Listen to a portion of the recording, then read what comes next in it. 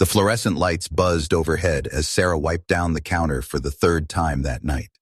Another quiet shift at Murphy's gas station on the outskirts of town, where the only excitement usually came from truckers arguing about coffee prices.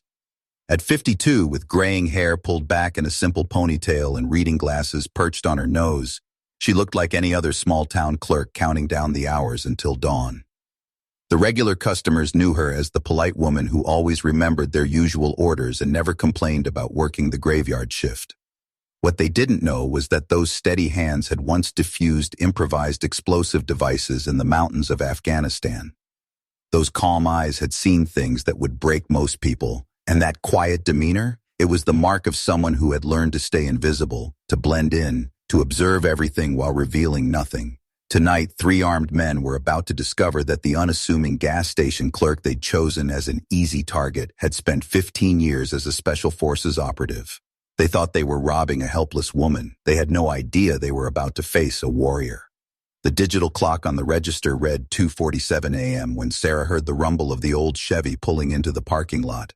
She glanced up from her inventory clipboard, watching through the bulletproof glass as 3 men climbed out of the rust-colored sedan. Something felt wrong immediately. Not the way they moved, necessarily, but the way they looked around first, scanning the empty lot like they were checking for witnesses rather than customers. Sarah had learned to trust those instincts 15 years ago in a forward operating base outside Kandahar, where the difference between a local farmer and a Taliban scout could mean the difference between coming home or coming home in a flag-draped box. She set down her pen and moved behind the counter, her movements appearing casual to anyone watching. But Sarah was doing what she'd been trained to do since her first day with the 75th Ranger Regiment and later with Special Forces Operational Detachment Alpha. She was conducting a threat assessment. 3 males, ages approximately 20 to 30. The leader, a tall man with a snake tattoo crawling up his neck, walked with the swagger of someone used to intimidating others. His companions flanked him naturally, suggesting this wasn't their first time working together. The shorter one on the left kept his right hand near his waistband, classic positioning for concealed carry. The heavy-set man on the right had the nervous energy of someone running on adrenaline and bad decisions. As they approached the door, Sarah's mind automatically cataloged her environment the way Master Sergeant Rodriguez had drilled into her during close-quarters combat training. The store layout became a tactical map. The counter she stood behind provided limited cover but good visibility. The coffee machine to her left could serve as concealment if needed. The emergency exit behind the storage room was 12 steps away, though she'd have to cross their line of sight to reach it. More importantly, she noted the heavy steel thermos display near the entrance, the rack of tire irons by the automotive section, and the industrial-grade cleaning supplies under the sink. In the wrong hands, everyday items. In the right hands, force multipliers. The door chimed as they entered, and Sarah offered the same polite smile she'd given thousands of customers over the past 3 years. "Evening, gentlemen. How can I help you?" Her voice carried the gentle drawl she'd picked up living in this small Tennessee town, nothing like the crisp command tone she'd once used to coordinate helicopter extractions under enemy fire. To them, she was just another minimum-wage worker trapped behind a register, probably a single mother or grandmother trying to make ends meet. They had no idea they were looking at someone who had earned the coveted Green Beret, who had led missions deep behind enemy lines, who had saved the lives of hostages in 3 different countries. "Yeah, we need everything in the register," Snake Tattoo announced, pulling a chromed pistol from his jacket with theatrical flair. "And don't even think about hitting any panic buttons, lady. My boys here get real nervous when people don't cooperate." His companions produced their own weapons, a sawed-off shotgun and a kitchen knife that looked like it had seen better days. They spread it out slightly, probably something they'd seen in movies, thinking they were being tactical. Sarah raised her hands slowly, making sure to appear frightened and compliant. Okay, just please don't hurt me. I have grandchildren." The lie came easily because it served the mission, and right now, her mission was gathering intelligence while these men revealed their capabilities and intentions. The pistol was a .38 Special, probably stolen, definitely not well maintained based on the way Snake Tattoo held it. The shotgun was more concerning in close quarters, but Heavyset was holding it too low, telegraphing his inexperience. Kitchen Knife looked like he might bolt at the first sign of trouble. "Smart lady," Snake Tattoo said, stepping closer to the counter. "Now open that register real slow, and maybe we don't have to get ugly about this." He was close enough now that Sarah could smell the alcohol on his breath, see the dilated pupils that suggested more than just liquid courage was involved. Intoxicated subjects were unpredictable, but they were also slower to react and poorer at making tactical decisions. Master Sergeant Rodriguez used to say that overconfident enemies were gifts wrapped in stupidity. As Sarah's fingers moved toward the register keys, her mind was already 3 moves ahead. These men had made their first mistake by choosing this location. Murphy's gas station sat on a rural highway with minimal traffic at this hour. But what they didn't know was that it also sat exactly 4 miles from the Tennessee National Guard Armory, where Sarah volunteered on weekends, teaching hand-to-hand combat to young soldiers. The second mistake was assuming that their weapons gave them absolute control of the situation. Sarah had learned in Mosul that weapons were only as effective as the people wielding them, and these 3 were amateurs playing at being criminals. "There's about $300 in here," Sarah said, her voice maintaining the perfect tremor of fear while her hands remained steady as surgeon's tools. "That's all we keep overnight. The safe is on a timer until morning." This was partially true. The register held closer to 400, but more importantly, sharing this information made her appear cooperative and helpless. It also bought her time to continue her assessment. The safe comment made Snake Tattoo curse under his breath. "Check the back room," he ordered Kitchen Knife. "See if there's more cash, jewelry, anything valuable." This was their third mistake. Splitting their force reduced their ability to control the situation and gave Sarah potential opportunities to act. As Kitchen Knife disappeared into the storage area, Sarah noticed Heavyset shifting nervously, the shotgun wavering in his grip. "Look, you seem like nice boys," Sarah said, allowing a slight pleading tone to enter her voice. "I'm just trying to make a living here. I won't call the police. I don't want any trouble." Each word was carefully chosen, designed to reinforce their perception of her as a victim while she continued gathering intelligence. Snake Tattoo was the decision-maker, but he was also impatient and intoxicated. Heavyset was nervous muscle, probably his first robbery. Kitchen Knife was the wild card, currently out of sight but likely more concerned with finding an easy score than maintaining security. What these men couldn't see was the other Sarah, the one who had earned her place among America's elite warriors through sheer determination and skill. The woman who had survived Ranger School when less than 20% of her class graduated, who had earned her Special Forces tab and served with distinction in some of the most dangerous places on Earth, who had been decorated for valor under fire and had saved lives in situations that would have broken lesser soldiers. That Sarah was still there, just beneath the surface, waiting for the right moment to emerge. The digital clock now read 2:52 a.m. In 5 minutes, these 3 men had revealed everything Sarah needed to know about their capabilities, their intentions, and their weaknesses. They thought they were in control of the situation, but control was an illusion when you were facing someone who had spent 15 years learning to turn the impossible into the inevitable. Sarah's hands continued to work the register keys, but her mind was already moving to the next phase of the operation. The calm before the storm was about to end, and these men were about to learn that some people don't stay down when you try to make them victims. The moment came when Snake Tattoo made his 4th and final mistake. "Hurry up with that register, Grandma. We don't have all night."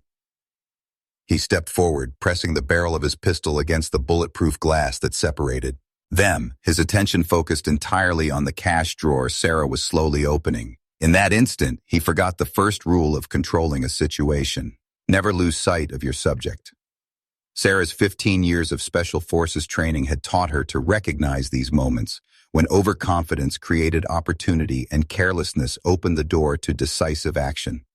Sarah's hand moved with the fluid precision of someone who had performed close-quarters combat drills thousands of times.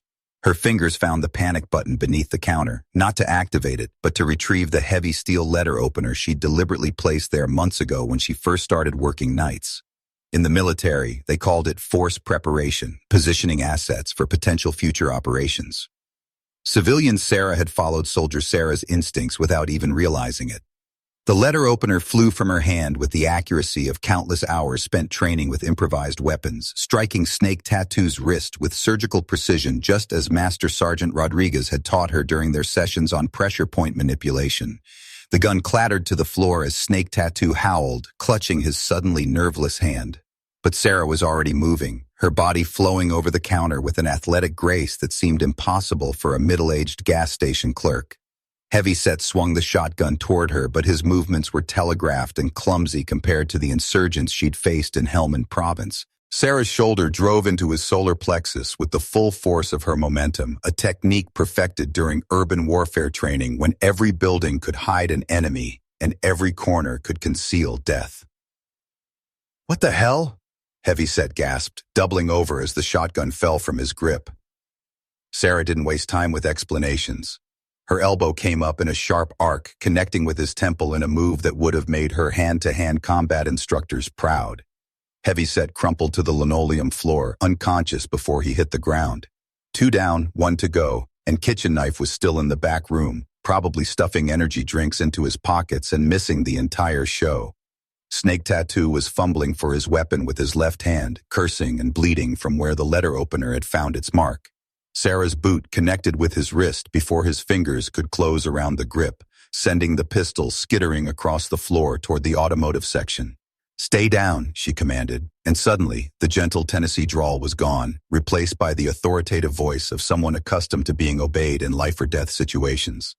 This was the voice that had coordinated airstrikes, directed evacuations, and brought American soldiers home alive from places where death was a constant companion.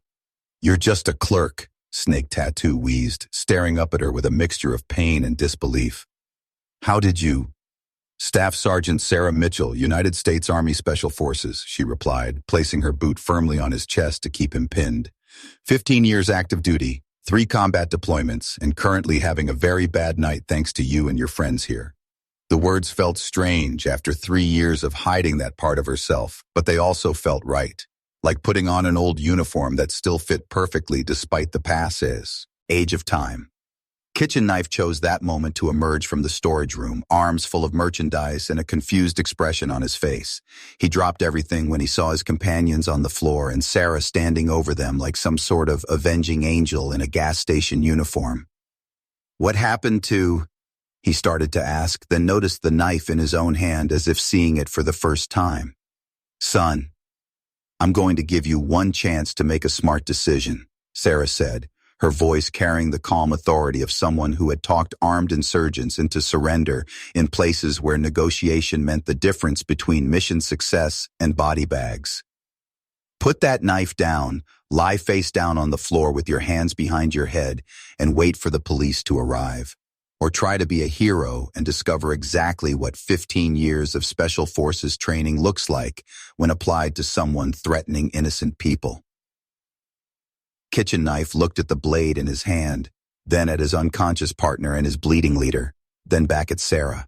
The knife clattered to the floor as he dropped to his knees, then his stomach, hands interlocked behind his head. "Please don't hurt me," he whispered. "This was my first time. I swear this was my first time." "Smart choice," Sarah said, reaching for the phone to call 911, but first she retrieved zip ties from the automotive section, the kind used for securing cargo but perfectly adequate for restraining suspects until proper authorities arrived. As she bound their hands with the efficiency of someone who had secured countless prisoners in far more dangerous circumstances, Sarah found herself thinking about the young soldiers she'd left behind when she retired from active duty. She thought about Private Martinez, who'd cried when she taught him how to properly clear a building because he was so afraid of letting his skill wad down. She thought about Sergeant Chen, who'd learned to trust his instincts under fire because Sarah had spent hours drilling him on threat assessment. She thought about Lieutenant Powell, whose life she'd saved in Syria when an IED turned their convoy into a nightmare of twisted metal and enemy fire. All of them had gone on to serve with honor, carrying forward the skills and values she'd tried to instill in them. When the police arrived 20 minutes later, they found 3 suspects secured and accounted for, evidence carefully preserved, and a complete written statement already prepared. Deputy Johnson, who'd been buying coffee from Sarah for 2 years, stared at the scene with undisguised amazement. "Sarah, how did you—" he began, Then noticed the way she stood, the way she'd positioned herself to maintain visual contact with all three suspects while keeping the exit routes clear. "You're military, aren't you?"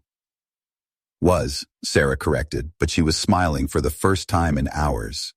"Special Forces. Served my country for 15 years before deciding I wanted a quiet life in a small town."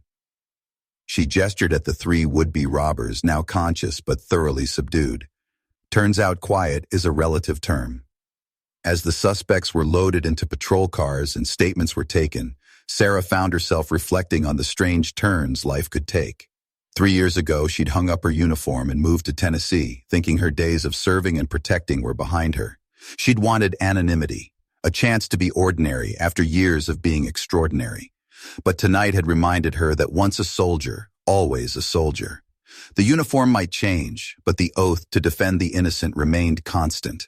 The story spread through the small town like wildfire, as stories always do in places where everyone knows everyone and news travels faster than the morning paper.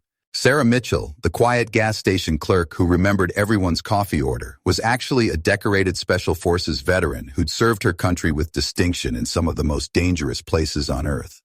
The revelation didn't change how people treated her, but it added a new layer of respect to their interactions. When asked by the local newspaper reporter how it felt to use her military training in civilian life, Sarah's answer was simple and profound. "A soldier's duty doesn't end when the uniform comes off. We swear an oath to defend this country and its people, and that oath doesn't have an expiration date. Whether it's a battlefield in Afghanistan or a gas station in Tennessee, protecting innocent people is what we're called to do." She paused, looking out the window at the small town she'd come to love. The location changes, but the mission remains the same. The three robbers were sentenced to significant prison time, with Snake Tattoo receiving the harshest sentence due to his role as the ringleader. During their trials, their public defenders tried to argue that they'd been victims of excessive force, but the video evidence and Sarah's measured, professional response made it clear that she'd used only the minimum force necessary to neutralize the threat. The judge commended her restraint and service, noting that many people in her position might have responded with far less mercy. Sarah returned to her job at Murphy's gas station, but things were different now. The owner installed better security systems and insisted on having 2 people working the night shift. Regular customers began stopping by just to chat, sharing their own stories of military service or family members who'd served. The gas station became an unofficial gathering place for local veterans, a spot where old soldiers could share coffee and stories with someone who understood the weight of service and sacrifice. Years later, when people asked Sarah about that night, she would always emphasize that she was just doing what any trained soldier would do when faced with a threat to innocent people. But those who knew her understood that it represented something deeper. It was a reminder that heroes walk among us every day, carrying their strength quietly until the moment it's needed most. It was proof that service to others doesn't end when the uniform comes off, and that the values learned in military service, honor, courage, and commitment, continue to guide veterans long after they return to civilian life. Sarah's story became a local legend, but more than that, it became a testament to the thousands of veterans who transitioned from military to civilian life while carrying their dedication to service in new forms. Whether they become teachers, firefighters, police officers, or even gas station clerks, they remain guardians of the values that make America strong. They are the quiet professionals, the humble heroes, the ones who step forward when others step back, not because they seek recognition, but because it's who they are at their core. In the end, that night at Murphy's gas station wasn't just about 3 criminals who picked the wrong target. It was about the unbreakable spirit of those who serve, the enduring power of training and discipline, and the simple truth that heroism doesn't announce itself with fanfare. Sometimes it just wears a gas station uniform and says, "How can I help you?" Sometimes the most extraordinary people are hiding in the most ordinary places, waiting for the moment when ordinary isn't enough and the world needs them to be extraordinary once again.